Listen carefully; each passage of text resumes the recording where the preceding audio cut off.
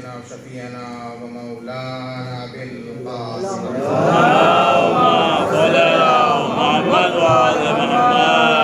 तय्यबीन अत्ताहिरीन अल-मासूमीन व लानतुल्लाहि अला आदाइहिम अजमईन मिन यौमिना हाज़ा इला यौमिद्दीन अम्मा बअद फ़क़द क़ाला तबारक व तआला फ़ी किताबिहिल मुबीन व हुवा अस्दक़ुस सादिक़ीन व क़ौलुल हक़ बिस्मिल्लाहिर रहमानिर रहीम क़ुल ला असअलुकुम अलैहि अजरन इल्लल मवद्दता फ़िल क़ुरबा मुहम्मद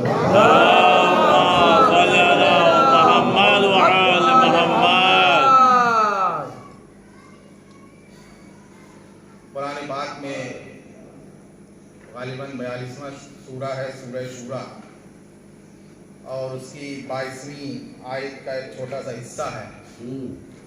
क़ुल ला असअलुकुम अलैहि अजरन इल्लल मवद्दता फ़िल क़ुरबा।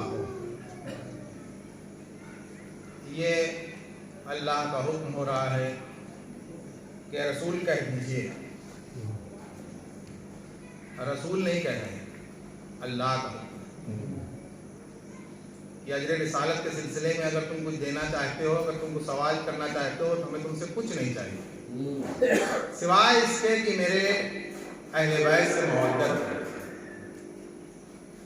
शान नज़ूल अगर बयान की जाए इसकी कि ये जो हम अक्सर बेशतर सुनते हैं कि अंसार मदीना रसूलुल्लाह के पास आए और उन्होंने कहा कि ये जो दीन आपने हम तक पहुंचाया है, ये जो नमाजें आपने हम तक पहुंचाई हैं, ये जो रोज़े आपने हम तक पहुंचाए हैं, बल्कि यूँ कहा जाए कि हम दो पाए थे उसको इंसान जो आपने हमें बनाया है, हम ज़मीन पे चलने वाले हैवान थे उसको इंसान की कैटेगरी में शामिल करके मुसलमान बनाया और फख्र कर ये दे दिया कि हम मुसलमान से आगे बढ़ के सलमान की मंजिल तक। हम बेज़र थे, हमें अबूज़र बना दिया, हम कुछ नहीं थे, हमें सब कुछ बना दिया। अरब के बेकार बदुओं को हुकूमतों की ज़िमाम पकड़ा दी, जिनको कुछ नहीं आता था उनको अरब कहलवा दिया, जिनके पास कुछ नहीं था आज वो सरमायादार बन गए। इतनी सारी जब रफ़तें उनको मिल गई तो फिर वो अंसार मदीना रसूल आज़म के पास आए कि कहा या रसूलल्लाह, जो आपने इतनी सौबतें, इतनी मुश्किलें, इतनी तकलीफें बर्दाश्त करके ये दीन जो हम तक पहुंचाया है, ये अकीदा जो हम तक पहुंचाया है, ये मज़हब जो हम तक पहुंचाया है, ये सच्चा रास्ता जो हम तक पहुंचाया है, ये जीने का तरीका जो हम तक पहुंचाया है, ये आदमियत जो हम तक पहुंचाई है, ये इंसानियत जो हम तक पहुंचाई है, तो हम ये चाहते हैं कि इसका आपको कुछ अज्र दें। अब सवाल ये है कि रसूल ने क्या जवाब दिया, क्या जवाब नहीं दिया, लेकिन सोचने का मकाम ये है कि जिसके सत्ते में कायनात पैदा हुई हो उसको अज्र क्या दिया। भाई आपने क्या कहा, आप जिस कबीले में कहिए उस कबीले में शादी करवा दें, आप जिस खानदान में कहिए उस खानदान में शादी करा दें, आप जिन बागात की तरफ इशारा कर दें वो बागात आपको दे दें, जिन फसलों की तरफ आप इशारा कर दें वो फसलें आपको दे दी जाएं, जो मकानात आपको कह दें वो मकान। अमर जिसका जानशीन उस घर में पैदा हुआ हो, जिसे अल्लाह का घर कहा जाए, वो तुम्हारे मकान में रहेगा।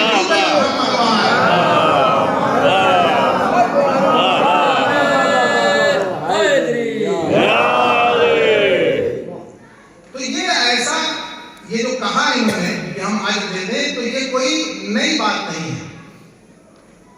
जो बुजुर्ग हमसे बेहतर जानते हैं, जो नौजवान हैं वो भी माशाअल्लाह से पढ़ लिख लेते हैं और जान जाते हैं। बच्चों को ये बता दूं कि ये कोई नई बात नहीं है कि रसूल आज़म के पास उनकी उम्मत आई और उनसे अजर के सिलसिले में गुफ्तगू की।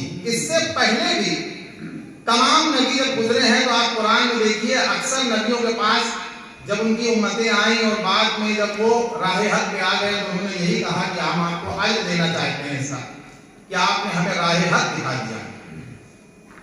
तो जितने भी रसूल थे अल्लाह की मर्जी से वो एक ही कलाम करते रहे। आप कुरान में देखिए मुताअद्दिद मकामात पे आया है, इन अजरिया इल्ला अल्लाह, हम तुमसे कोई अज्र नहीं चाहते, अल्लाह से अज्र चाहते हैं। हम तुमसे कोई अज्र नहीं चाहते, अल्लाह से अज्र चाहते हैं। गोया आदम से लेकर खातम तक जितने भी नबी आए उन सब ने यही जवाब दिया, हम तुमसे कोई अजर नहीं चाहते, इसका अजर हम अल्लाह से चाहते हैं। तो जब ये अंसार मदीना रसूल आजम के पास आए, उन्होंने कहा आप मक्के में थे, हम मदीने में थे, अगर आप मदीने में ना आते तो हमको ये राय हक न मिलती, तो हम आपको इसका अजर देना चाहते हैं, आप बागात ले लें, आप सवारी ले लें, आप बेहतरीन मकान ले लें, आप बेहतरीन कबीले में शादी कर लें। रसूल ने मुस्कुरा के खामोशी अख्तियार की। वो रसूल की जो कोई कलाम करता ही नहीं है, करता वही है जो वहां से वही होती है, तो वही इंतजार कर रहा था। इंतजार में आए जिब्राइल अमीन। जिब्राइल अमीन ने कहा रसूल आदम इनसे कह दीजिए कि आज हम तुमको बता ही देते हैं कि आदम से लेके खातम तक जितने नबियों की सोबतों का अगर तुम कुछ देना चाहते हो, क्योंकि तुम्हारे पास देने के लिए कोई औकात नहीं है, अगर कुछ देना चाहते हो तो मेरे करामतदारों से मोहब्बत करो।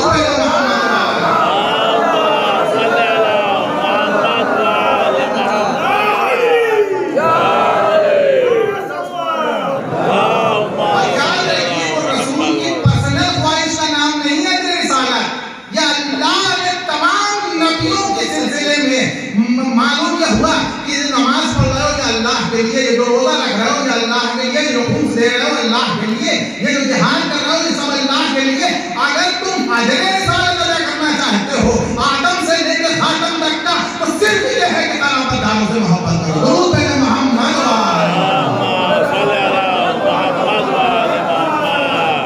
इसके सिवाय कोई राज नहीं, तुम दे ही नहीं सकते कुछ। हमने तुमसे मांगी ऐसी चीज है कि जो देने में तुम्हें कोई कमी नहीं हो सकती अगर तुम्हारे दिल साफ है। क्योंकि मोहब्बत न पैसे से मिलती है, ना मकसद से मिलती है, ना हलफ से मिलती है, ना इल्म से मिलती है, ना हुनर से मिलती है। इस पूरी दुनिया के निजाम को देखिए, पूरी दुनिया का निजाम दो चीजों पे टिका हुआ है, एक का नाम इल्म है, एक का नाम हुनर है। एक का नाम इल्म, एक का नाम हुनर है। ये इमाम बाड़े वही देख लीजिए, इसमें दो चीजें लगी होंगी, या तो इंजीनियर का इल्म लगा होगा या मिस्त्री का हुनर लगा होगा। दुनिया के बड़े से बड़े इमारतों में दो चीजों का ही आपको कंट्रीब्यूशन दिखाई देगा, इल्म और हुनर। मगर इल्म और हुनर बेकार है। ताजमहल जब तक बनता नहीं जब तक मोहब्बत शामिल ना हो, यानी इल्म और हुनर बेकार है अगर मोहब्बत ना हो। तो अल्लाह कराम समझ लीजिए, अगर हम मोहब्बत हुसैन का दावा करते हैं, हम अगर मोहब्बत अली का दावा करते हैं, हम अगर मोहब्बत फातिमा का दावा करते हैं और हमारे दरमियान से मोहब्बत गायब हो जाए, तो ये दावा है, ये असलियत नहीं है। रूह है मोहम्मद। दिल में मोहब्बत और नफरत रख सकता है, एक ही दिल में मोहब्बत और नफरत नहीं हो सकती। और जिसके दिल में विलाए अली आ जाए उसके दिल में मोमिन के लिए नफरत कैसे आ सकती है? इसलिए कि मोमिन कहते हैं उसे जो ईमान पे हो, अली उसे कहते हैं जो ईमान का कुल हो। तो अगर मोमिन का ईमान का जुज़ है तो वो कुल से कैसे अदावत रख सकता है?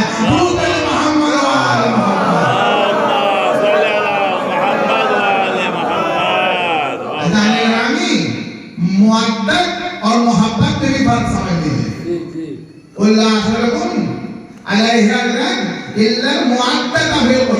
मोहब्बत और मुअद्दत में फर्क समझिए। मोहब्बत के माने भी मोहब्बत से है और मुअद्दत के माने भी मोहब्बत से है, मगर फर्क ये है मोहब्बत हुब से बना है, मुअद्दत हुब से बना है। मोहब्बत उसे कहते हैं जो कभी बढ़ती है कभी घटती है। थोड़ा आपका यहाँ पे अज़हान आलिया की तवज्जो चाहूंगा कि मोहब्बत कभी बढ़ती है कभी घटती है। लड़के ने फर्माबरदारी की मोहब्बत बढ़ गई, लड़के ने नाफरमानी और बदतमीजी की मोहब्बत बढ़ गई। मुअद्दत न बढ़ती है न घटती है, मुअद्दत न बढ़ती है न घटती है। मोहब्बत का मिजाज ये है कि इंसान चाहता है जिससे उसकी जुदाई बर्दाश्त कर लेता है। लड़के से बहुत मोहब्बत थी, लेकिन अगर काम के सिलसिले से, तरक्की के सिलसिले से, इल्म के सिलसिले से दूसरे वतन चला गया तो उससे हम बर्दाश्त कर लेते हैं क्योंकि इसमें लड़के की कामयाबी छुपी हुई है। लेकिन मुअद्दत को जुदाई बर्दाश्त नहीं है।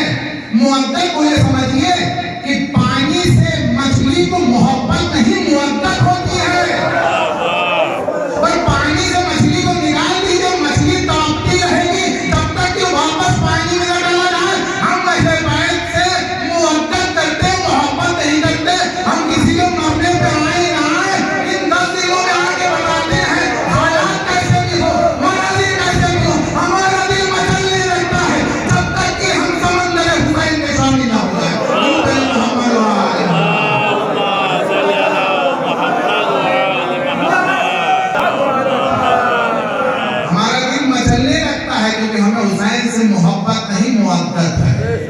और मुअद्दत ईसार चाहती है, मुअद्दत कुर्बानी चाहती है।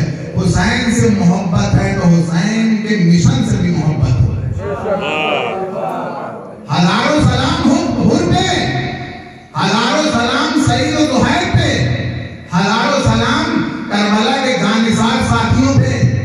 हमारी जाने कुर्बान, हमारी मोहब्बतें कुर्बान, मगर खुद से मोहब्बत हो और तहकीके हक से मोहब्बत ना हो। सईद और दुहैर से मोहब्बत हो और मौला के लिए जानिसारी का जज्बा ना हो। और आगे बढ़िए, अब्बास से मोहब्बत का दावा हो और भाई से नफरत के इरादे हो। अब्बास से मोहब्बत का दावा और भाई से नफरत के इरादे हो। और आगे बढ़िए, ज़ैनब से तुम मोहब्बत करते हो मगर रिदाओं से मोहब्बत नहीं करते। सकीना से तुम मोहब्बत करते हो, बच्चों की तरबियत से मोहब्बत नहीं करते। करबला एक इंस्टीट्यूशन है, करबला एक यूनिवर्सिटी है, करबला एक इदारा है। इल्म लेना है तो वहां से लो, अखलाक लेना है तो वहां से लो, अपने आप को संवारना है तो वहां से लो, जानिसारी लेना हो तो वहां से लो, कुर्बानी का जज्बा लेना है तो वहां से लो। तरक्की कैसे पाई जाती है वहां से समझो, जान दे के जिंदा कैसे रहा जाता है। आज हम दुनिया में फिरकों में बढ़ गए, फिरका वारियत में मशगूल हो गए। हालात ये हैं, देखिए एक बात याद रखिए, और आप हमसे बेहतर जानते हैं, आप हमसे बुजुर्ग हैं, हम ज्यादा तजुर्बा रखते हैं। जब इंसान के अंदर अदावत आ जाती है तो पहले तो हमें ये लगता है कि हमें दूसरों से अदावत है, अपने मुसलमानों से नहीं है। हम मुसलमान से अदावत नहीं करते, हम नॉन मुस्लिम से अदावत करते हैं। अदावत का जज्बा जब आगे बढ़ता है तो मुस्लिमों के दरमियान भी होने लगता है, क्योंकि अदावत एक कैंसर है जो रुकता नहीं है। लेकिन अदावत बढ़ती है तो फिर मुसलमान आपस में बढ़ जाता है। और आज आप नतीजा देखिए, अदावत इतनी बड़ी, ना हम उनके चक्कर में पड़े हैं जो नॉन मुस्लिम है, ना हम उनके चक्कर में पड़े हैं जो नॉन शिया है। अब हम शियों में आपस में लड़ते चले जा रहे हैं। हर ये हुई कि खानदानों में लड़ाई हुई, इसलिए कि हमने पढ़ा तो कि वो अहले बैत से मोहब्बत करो, लेकिन हमने इस पैगाम को सुना, वाह की, इस पैगाम को नश्र किया, मगर दिल में नहीं उतारा। जरूर मेरे मोहम्मद।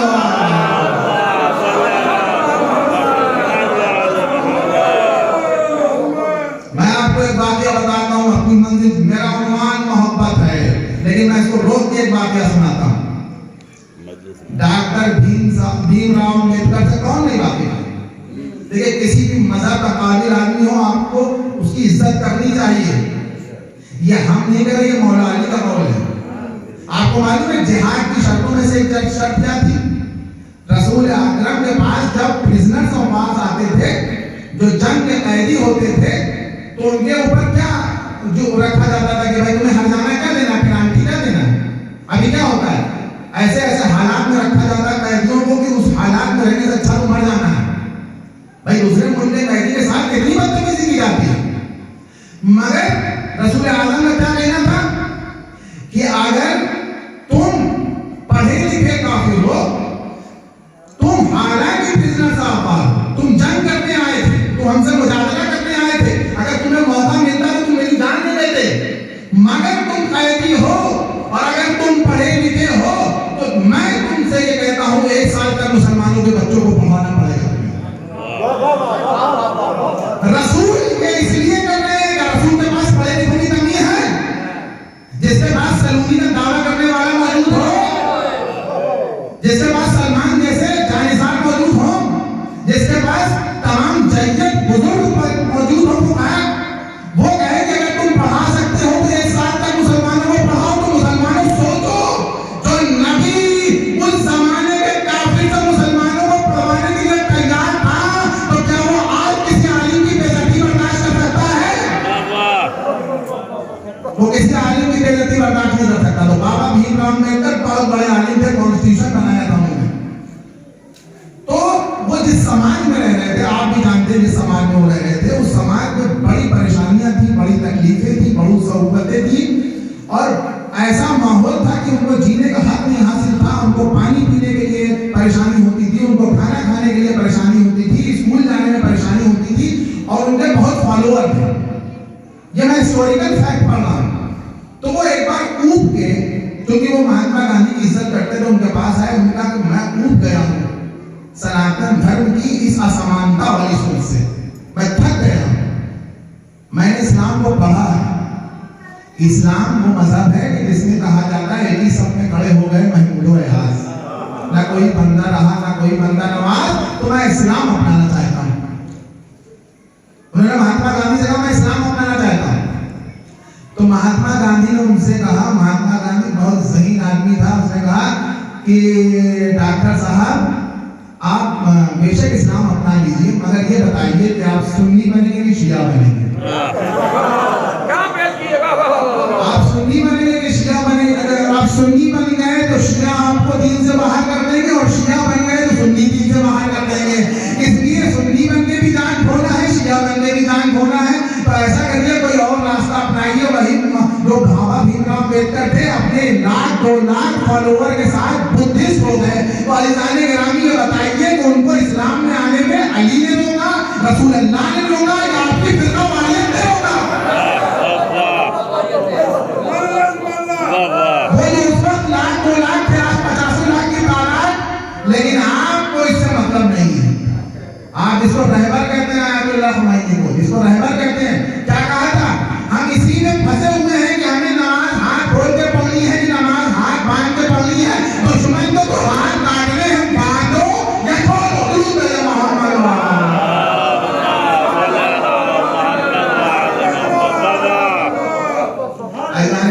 मोहब्बत पैदा कहाँ से होती है? देखिए, मोहब्बत किताबों से नहीं सीखी जाती है। मोहब्बत किताबों की लाइब्रेरी में और बड़े बड़े रिसर्च स्कॉलर नहीं, मोहब्बत हम जिंदगी से सीखते हैं। अपने घर में देख लीजिए मोहब्बत किसे कहते हैं। उर्दू का एक लफ्ज है हमारे और अपने।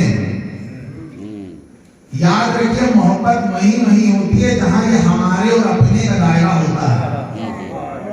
आप गौर करके देख लीजिए, जहां जहां ये हमारे और अपने का दायरा होगा, मोहब्बत वहीं होगी।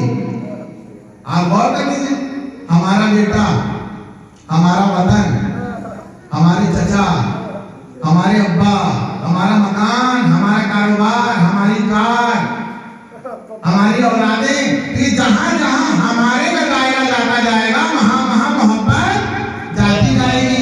करना आपको क्या है? रखना यही हमारा है, दायरे को बढ़ाना है। अरे आपकी औलाद, अगर आपकी औलाद है तो यतीम भाई की औलाद को की औलाद देके हमारे के दायरे में शामिल कर लो। मोहब्बत बढ़ती नहीं जाएगी। जहां जहां ये हमारे जाता है, जहां जहां ये अपने जाता है, वहां वहां मोहब्बत आती है। तो अब फिर मैं आपके सौते विला के लिए जुमला कहूं, जब हमारे कुछ हमारे हैं तो रसूल के भी तो कुछ हमारे होंगे। हमें अपने हमारे से तो बड़ी मोहब्बत है, रसूल के हमारे में हमारी तकलीफ पड़ती है।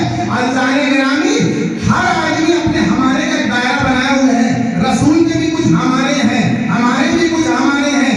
तो हम क्या करते हैं? अपने हमारे में आपको शामिल नहीं होने देते, आप अपने हमारे में हमें शामिल नहीं होने देते। लेकिन रसूल का इतना अजीब खानदान है कि हर इंसान उनके हमारे में शामिल हो। कुरान को कुछ तो चाहिए था कि एक चार दीवारी बनाए, उसने चार दीवारी बनाई। फकुल तारो नगो अबनाना वाबनाकुम व निसाना व निसाकुम व अनफुसना व अनफुसकुम। तुम अपने बच्चों को लाओ, अपने नाम देखिए, तुम अपनी नाम को बुलाओ, तुम अपने नाम को बुलाओ।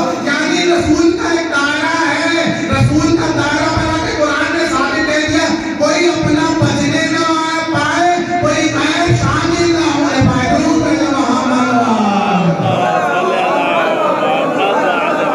तो रसूल के अपने से मोहब्बत करना है।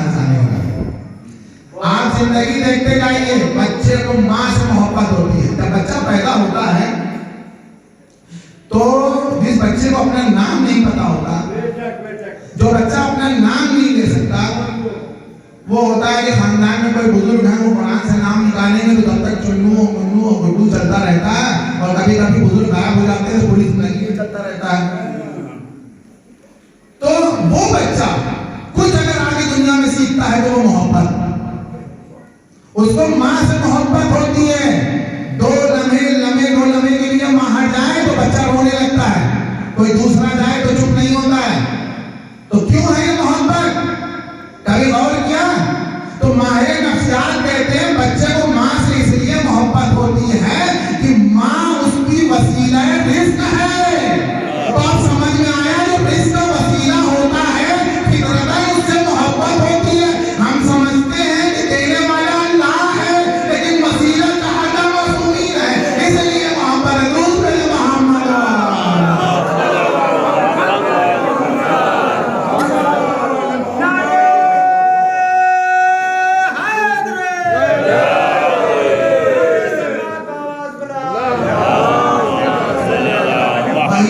जब थोड़ा बड़ा होता है 6, 7, 8 महीने का, जब उसकी गर्दन ठहरने लगती है, देखने लगता है, तो आप एक काम करिए, मैं आपको बताता हूँ कि मोहब्बत का पैरामीटर कैसे नापा जाता है।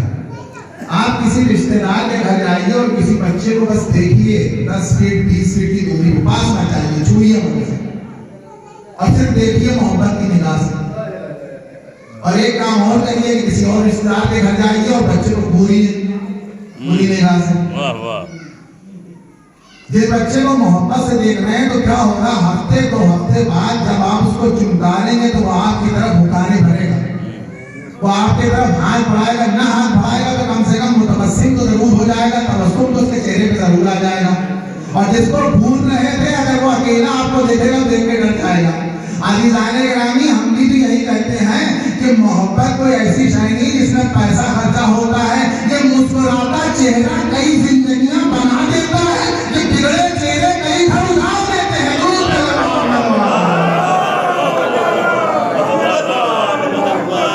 ये चेहरे बना के ना घूमा करिए, ये चेहरे बिगाड़ के ना घूमा करिए। अशरा मुहर्रम में तो आपको गम की तारीफ होना है, लेकिन इसके अलावा जो दिन मौजूद हैं, चेहरे पे मुस्कुराहट लाइए, देखिए कितने दीवाने होंगे आपके, कितने चाहने वाले।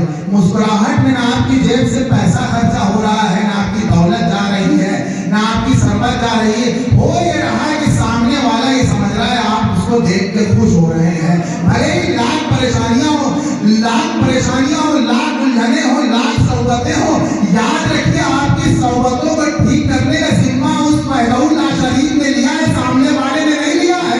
तो आप शुक्र का सजदा उससे करते हैं, सामने वाले का नहीं करते, तो कम से कम उसको चेहरे पे मुस्कुराहट लगा के बता दीजिए कि हम कितनी भी परेशानी में हैं, मगर याद रखो तुम्हारा अल्लाह भी कादिर है, मेरा अल्लाह भी कादिर है। दुरूद करो मोहम्मद आज नहीं तो कल हालात ठीक जरूर होंगे। ये मुस्कुराहटें याद रहेंगी, आपके बिगड़े चेहरे भी याद रहेंगे। वही बच्चा जवान हो गया अज़ीज़ाने गिरामी, और उसकी शादी हुई। अब उसकी शादी हुई तो अब हमें उससे भी मोहब्बत है, लेकिन मोहब्बत हर शय से होती है जो हमसे मुंसलिक है। हमारा मकान है, हमें मोहब्बत है, हमने नई गाड़ी ली, हमें मोहब्बत है, हमारा कारोबार है, हमें मोहब्बत है, हमें औलाद है, मगर मोहब्बत है। मगर याद रखिए मोहब्बत वजन के एतबार से हल्की और भारी होती है। कभी कभी हल्की मोहब्बतें भारी मोहब्बतों पे निसार हो जाया करती है। कहा कि एक ऐसा वाकया आया, कारोबार के सिलसिले में बच्चे से कहा, जवान बेटे हो गए तुम, अब कारोबार में मेरा हाथ बटाया करो, ये लोग बैग भरा हुआ है नोटों से, तुम्हें एक बिजनेस डील करना है, मेरी वो खास जो सिक्योर्ड गाड़ी है वो आप ले जाइए। और उस गाड़ी में गाड़ी भी नहीं है, गाड़ी से भी मोहब्बत है, पैसों से बैग भरा हुआ है, बैग से भी मोहब्बत है, पैसों से भी मोहब्बत है, और औलाद जो जा रही है उस औलाद से भी मोहब्बत है, बिजनेस से भी मोहब्बत है। औलाद चली गई, 10 मिनट बाद एक कॉल आती है, कहा कि वो जो आपका लड़का गया था, हाँ बताइए क्या हुआ। कहा वहाँ फायरिंग हुई है, अब तबीयत घबरा रही है, अब तबीयत उलझ रही है, अब ना कार का ख्याल आ रहा है, ना पैसों का ख्याल आ रहा है, ना बिजनेस का ख्याल आ रहा है। अब नहाने की दुआ हो रही है मेरी औलाद बच जाए, मेरी औलाद बच जाए। हजारों गाड़ियां कुर्बान, हजारों डॉलर कुर्बान, हजारों मकान कुर्बान, हजारों कारोबार की मीठी कुर्बान। अब भागते हुए जा रहे हैं, परेशान होते हुए जा रहे हैं। देखा का मंजर, गाड़ी में आग लगी हुई है, बैग एक तरफ पड़ा हुआ है, लेकिन फिर भी परेशान नहीं है। सिर्फ इस बात पर परेशान है कि औलाद कहाँ, भीड़ को चीरता हुआ लड़का निकला, सजदा शुक्र में सर रख दिया। लोगों ने कहा अजीब आदमी हो, कार जल गई है, सजदा कर रहे हो, बैग छिल गया, सजदा कर रहे हो। हमें कहा बेकार की बातें न करो, ये छोटी मोहब्बतें होती इसलिए है कि बड़ी मोहब्बत पैदा है। अब हमसे ना पूछिए कि करबला के मैदान में हुसैन सजदा शुक्र क्यों कर रहे थे, आल औलाद तो जा रही थी। हमारे यहाँ औलाद सबसे बड़ी मोहब्बत है, हुसैन के यहाँ दीन खुदा सबसे बड़ी मोहब्बत है। हुसैन के यहाँ दीन खुदा सबसे बड़ी मोहब्बत है। हुसैन के यहाँ आल औलाद सबसे बड़ी मोहब्बत नहीं है, हुसैन के यहाँ दीन खुदा सबसे बड़ी मोहब्बत। ये तो मैं मोहब्बत की बातें बता रहा हूँ, और मोहब्बत अहले बैत का तो कहना ही कुछ और है। हमारे छठे इमाम जाफर सादिक फरमाते मैं ये जी बर्दा हुबना फी कल्बे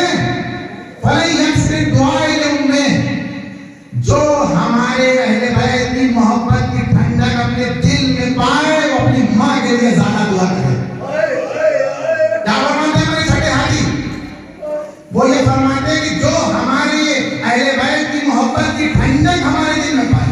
अब ये देखिए, दुनिया की जो मोहब्बत होती है, यहाँ बहुत से शौकीन लोग बैठे होंगे और जो माहौल भी देखिए, मैं गजल सुनाऊं, मगर जानिए आप, बहुत से लोग जानते हैं कि एक से शायर गुजरे हैं, उन्होंने मोहब्बत को शोला से ताबीर किया है, आग से ताबीर किया है, जलन से ताबीर किया है।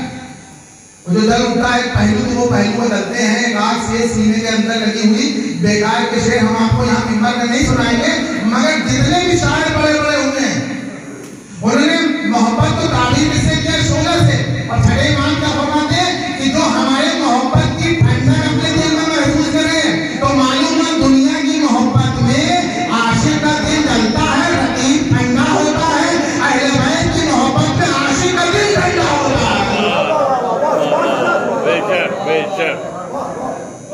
दुनिया की मोहब्बत में आशिक का दिल जलता है, रकीब का दिल ठंडा। और यही हाल शब हिजर का है। अब कोई हम यहाँ लिया एक शेर, कोई बड़े शायर का 1 लाख रुपए तो कम से कम दे ही देंगे कि जिसमें शबे हिजर भी हो और जाग के न गुजारी हो, शबे हिजर भी हो और सोचे गुजारी हो। मगर हमने भी देखी है शबे हिजर जिसमें आशिक सुकून से सो रहा है, और इतने सुकून से कि जैसी आज नहीं आई कभी ना आई। दुरूद पे मोहम्मद।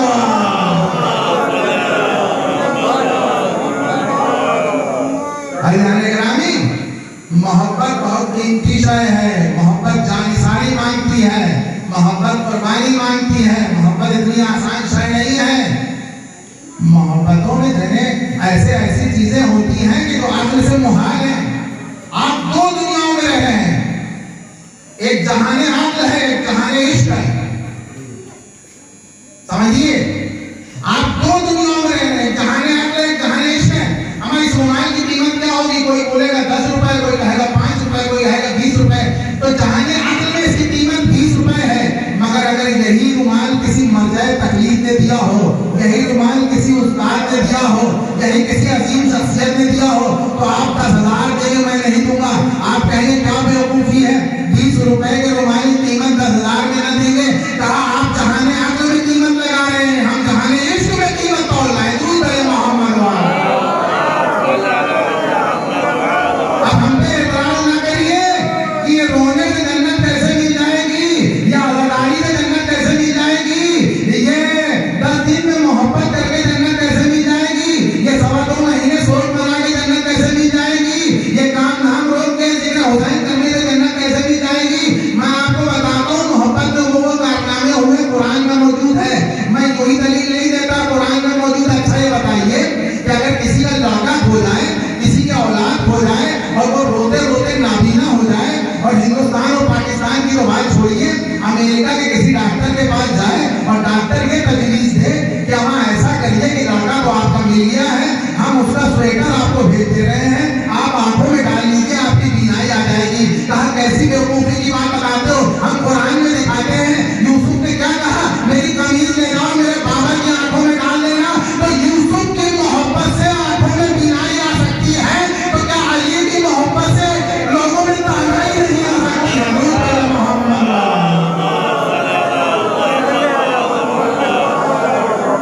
मोहब्बत के अस्पताल का वो होता है, बात लगे अस्पतालों में नहीं होता है। अमम मोहब्बत में तो ये होता है कि जवान बूढ़ा जवान हो जाता है। देखिए जहाने आखिर में क्या है कि जिंदगी में रिवर्स गियर नहीं होता है। जो हो गया आगे बढ़ गया वो बढ़ गया, जो जाके ना आए वो जवानी देखी। शेर सुना होगा आपने, तो आगे ना जाए वो बुढ़ापा देखा। तो बूढ़े हो गए तो फिर जवान नहीं हो सकते। मगर हमने कुरान में देखा, और हमसे बेहतर जानते हैं, कुरान में आपने भी देखा होगा, जुलैखा का वाकया आपको याद होगा। जुलैखा खाली बुढ़िया नहीं थी, गुनाहगार बुढ़िया थी। मैं ज्यादा तो नहीं जानता, लेकिन कुरान में जितना लिखा 2 गुना तो कुरान से साबित है। क्या क्या?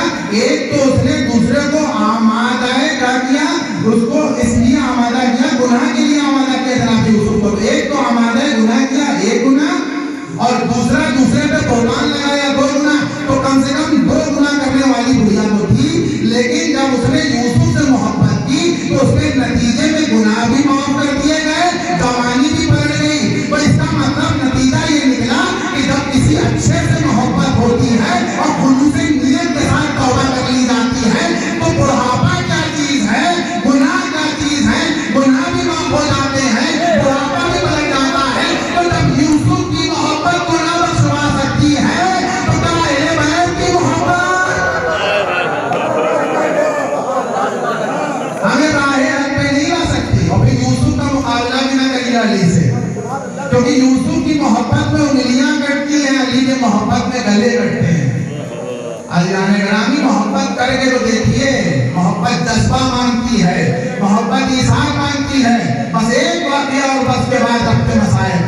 आज जाने ग्रामी, अभी थोड़े दिन पहले तक जो ब्रिटेन की क्वीन थी एलिजाबेथ सेकेंड, माँ मेरे ख्याल से नामों की कमी है तो एलिजाबेथ फर्स्ट सेकेंड थर्ड ऐसे चला रहे थे, हिंदुस्तान आ जाए या एक से एक बेहतरीन नाम उनको मिल जाएंगे।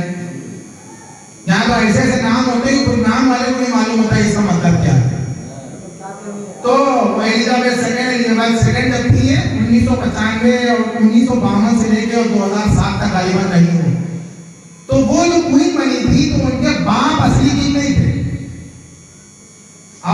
बहुत से लोग जानते होंगे, अखबारों में पढ़ा लिखा, मैगजीन में पढ़ा, उनके बाप असली किंग नहीं थे। उनके बाप थे जॉर्ज फिफ्थ बल्कि उससे पहले 5 और हो चुके थे। हमने कहा नामों की कमी होती है, तो जॉर्ज 6 उनके बाप थे। जॉर्ज 6 उस टाइम बादशाह बने जब ये सेकेंड वर्ल्ड वॉर हुई थी। उससे पहले उनके भाई थे बादशाह एडवर्ड। तो एडवर्ड से बादशाह होता दिखे कि बाप से बादशाह बेटे में आती है, भाई से भाई में बादशाह कैसे आ गए। जब एडवर्ड बादशाह बने तो उस जमाने का ब्रिटेन सोचिए, यही जमाने का नहीं, अभी तो बहुत छोटा ब्रिटेन हो गया। ये जो कॉमनवेल्थ जितने कंट्री हैं, एक लफ्ज इस्तेमाल किया जाता था पहले ब्रिटिश एम्पायर के लिए कि जहां का सूरज डूबता नहीं। वो मुबालगा नहीं था, वो हसीयत थी। इतने मुल्क थे, एक मुल्क में अगर सूरज डूब रहा है तब तक उनके दूसरे मुल्क में निकल आता है। इतनी दूर तक उनकी सल्तनत फैली हुई थी। मतलब कनाडा और इंडिया, अफगानिस्तान, बांग्लादेश और हिंदुस्तान और उधर ऑस्ट्रेलिया और उधर अफ्रीका, वहां पूरे में उन्होंने अपना इन्वेस्टमेंट रखा था। इतनी बड़ी हुकूमत का वो मालिक था और मुस्तकिल हुकूमत, कोई हुकूमत में परेशानी नहीं थी, कोई बगावत नहीं थी। तो वो हुकूमत कर रहा था, उसको मोहब्बत हो गई है। उन्होंने एक ऐसी खातून से शादी करने की ख्वाहिश की कि जो उनके रॉयल फैमिली से नहीं थी। तो वहां रॉयल फैमिली का प्रोटोकॉल ये था कि आप दूसरे से शादी कर ही नहीं सकते। आपको करना है तो कम से कम अपने स्टेटस के लिए देखिए। ये ख्याल है किसका वैसे? कौन है एडवर्ड? मुसलमान है। ये कौन है? यहां रुक के मैं आपके लिए कहूंगी, कौन है? मुसलमान है। कौन है? क्रिश्चियन। तो इसका मतलब कि स्टेटस का चक्कर कौन पालता है? क्रिश्चियन।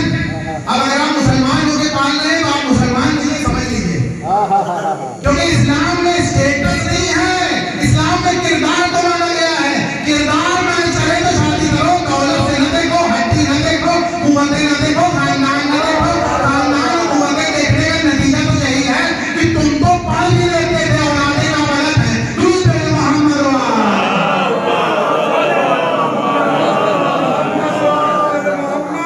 तो ये एडवर्ड साहब को मोहब्बत हो गई। अब देखिए मोहब्बत की इतनी ताकत, इतनी बड़ी सल्तनत का मालिक। तो प्रोटोकॉल ये था कि आप बादशाह रहते तो नहीं कर सकते। तो उसने कहा भैया इधर आओ। जॉर्ज सिक्स को बुलाया मोहब्बत से। न जंग हुई, न खून बहा, न क्लाशनकोव चली, न मिसाइलें चली, न कोई बगावत हुई। कहा भैया इधर आओ, ये पकड़ो, ये जिम्मा हुकूमत है, ये पकड़ो भैया, हमें तो शादी उनसे करना है। तो क्या समझ में आया कि जब दुनिया की नापाक और नजीस मोहब्बत में दुनिया हल्की पड़ जाए तो क्या मोहब्बत अहले बैत में जन्नत में पड़ जाएगी? अगर दुनिया शामिल है तो याद रखिए, जन्नत के आप मुस्ताक नहीं होंगे, जन्नत आपकी मुस्ताक होगी। करबला के निशान देख लीजिए, उनको हुसैन बता भी रहे थे, हमने तुम्हारी गारंटी ले ली। उन्होंने कहा हमने जन्नत के शौक में आपकी बात नहीं की है, हमने आपको मौला माना है, इसलिए बात की रूह पे मोहम्मद। अज़ीज़ान गिरामी, तो इससे समझ में आया इश्क़ अहले बैत वो अजीम शय है जो हमें मिली है। काश कि हम इश्क़ अहले बैत की कसौटियों पे खड़े उतर जाते।